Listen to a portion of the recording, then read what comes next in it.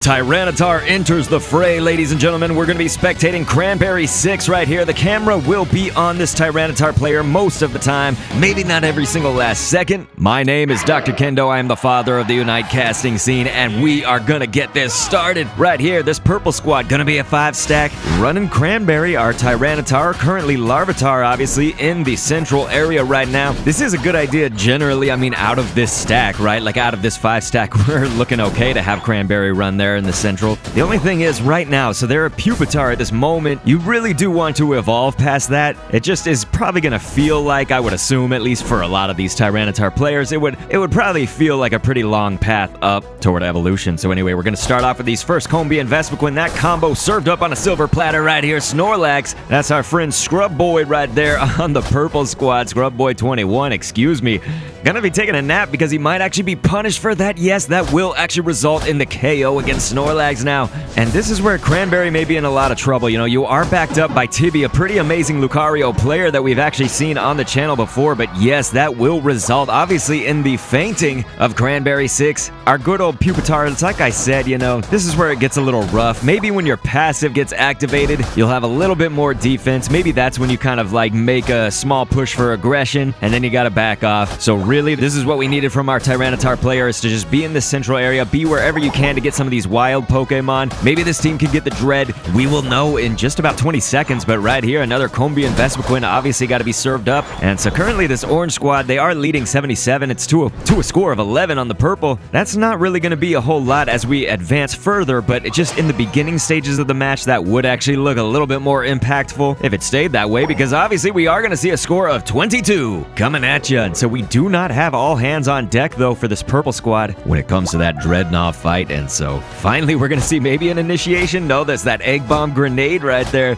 I guess just to give a little warning shot, purple to orange, and that actually does provide us enough time for TB to join up. Scrub Boy, they're going to be joining in this fight, and we are going to see Tyranitar now, ladies and gentlemen. This is what we all came to see, right? Cranberry 6 going to throw down. We are already claws blazing. The Beast Tyranitar with the Tyrannical Rampage right here. That is the Unite move. Maybe overextending just a little bit, but look at that. You can come right back in. But no, finally brought down right here on the orange goal. It might have been, again, just a little bit too aggressive, but certainly did make some moves there. So I wouldn't say completely wasted or anything like that when the rest of your team was also sort of, maybe in a similar position, overextended. Not maybe the quality of team fights that we usually see when we're looking at, you know, the Masters level players that are usually on this channel. And that's okay. You know, this is actually, it was a squad chosen because most of the players, they're all concentrating on Worlds, or they're retired, or the roster shakeups, you know, whatever has been happening pre-Worlds and maybe current Worlds. As I record this on August 18th, I don't know where this is going to upload, but we do have a KO streak of 2 right now from our Tyranitar friend. This will be a nice, yes, 40 dunking right there. And then immediately we see some other points to follow. Yes, some more dunks in, and obviously the B to base. So Cranberry 6 kind of looking like the only one maybe to actually be making that advance on the top until we see Tibby right there on the mini-map, taking it straight up the middle to make it through. But look at this, Tyranitar gonna ancient power on in here. That does certainly allow you a little bit more speed to do so, but also our Tyranitar player is playing with an X speed, I believe I noticed, and so we do like to see that. Unfortunately, TB gonna fall, so this purple squad, again, they're down by only a few points, but as we're seeing, just based off of maybe perhaps more so the micro game, it's been a little bit more rough for the purple comparatively, but they're actually gonna leave Rotom right now. So Rotom is anybody's game. Yes, that will actually be purple squad. Good job, because it was sort of up in the air for a little while at Tyranitar. This is wonderful. So Cranberry 6 able to zone off, keep that distance, and just wait for that Rotom to hit, and then we are going to see those dunks. So they'll score on a completely charged goal right here, making this a different game now that we're looking at. Now Tyranitar off here playing in the central area. That is okay if you have the time to do so, which, I mean, I guess it seemed like he did, but really you are potentially scaring the rest of your squad if you're not there for this Dreadnought fight.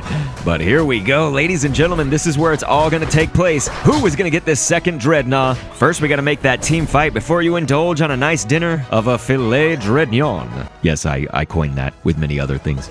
Filet Dreignon, it tastes pretty good, but you don't want that meal stolen by orange. Currently, all of them here, all of them active. We need to see something happen because purple are starting to drop even more. You can see the solar beams just devastating. Cranberry's still in this, though. We like to see it. And look at this, gonna take down Zarina. Gonna also bring down Cinderace. That KO Streak of 2, we do have actually Hoopa on orange. They were trying to poke and prod at Dreadnought. It may not be the best time, though. So honestly, this might be where we turn the tables, right? With the tides turning, it's actually orange now that's on the run. Just devastating. And so yes, that will provide some Filet Dreignon for the purple squad. Look at that left side team. Gonna get the shields and experience points that come with that. So our Tyranitar used the jump pad over here. We are gonna see, looks like mobilization from several of the team. They will come up to top path. Rotom gonna obviously be sort of our next big objective, and we do have time for it before the Zapdos. So obviously we'll be looking for the Zap fight after that. But in the meantime, you would love to get a Rotom, create some pressure here on this top path if you're that purple squad. And at first they may not focus on it because look at this, they are gonna meet orange squad head on, and then I guess everybody's just sort of backing off of that quickly. So just like that, it's kind of the commentator's curse sometimes when you're talking about things in Pokemon Unite, because anything can happen in this game in just a span of 10 seconds, maybe 5. Yes, and speaking of that, purple squad, wonderful job. They are gonna get that Rotom and then just leave it. That's exactly what you want to do in this case. Leave it to create some havoc there on the top path. Orange has to deal with that or let it touch down. In some cases, you let it touch down unless you can't actually deal with it. And so beforehand, we have just under 30 seconds here for Zapdos to come. We're gonna see T-Tar go ahead and Dark Pulse. They've got the Sandstorm, they've got the Ancient Power. We're trying to just bring down this central area, get these buffs, and then likely I would assume that they would head over to Zap with the rest of the team. They do have full pockets right now, as we're seeing from Cranberry 6, so this nice 50 would turn into some hundo dunking right there when all point values get doubled in 3,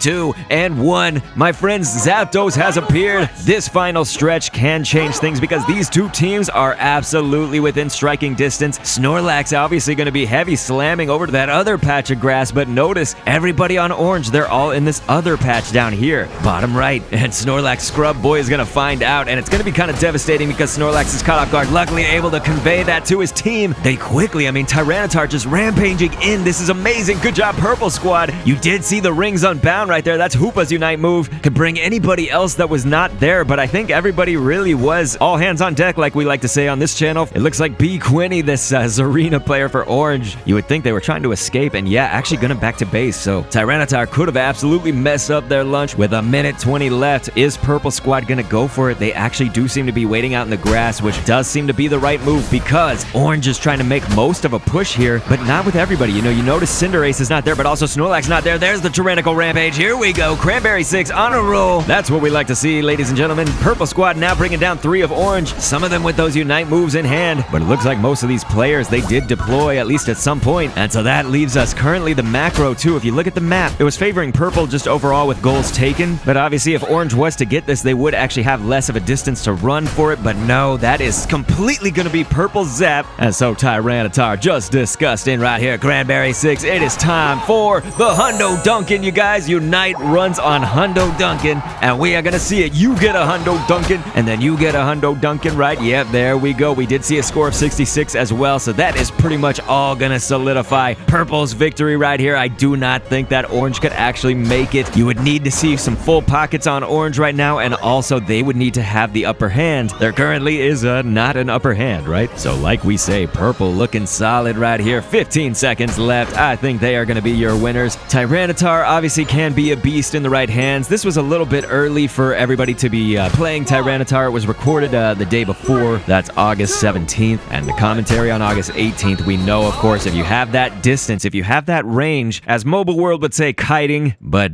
they actually do not want you to use most of those typical MOBA terms. So in general, the spacing though, that can bring down a rampaging Tyranitar in many cases. But here it is, ladies and gentlemen, a final score of 457 to 110. Gonna go to our purple squad and our featured Tyranitar right now, with the final score looking nice for Tyranitar. Also those KOs, those assists, looking mostly solid. That team really ran a lot of X speed all around, except for our Silent Chiefs, our Duraludon player. Cranberry, I mean, this is something we've seen of a lot of Tyranitars in the early days. 136k on that damage. Get a look at this graph to see the crystallization of this match all illustrated for you, and then please click an end screen on screen to see another one. And thanks for viewing.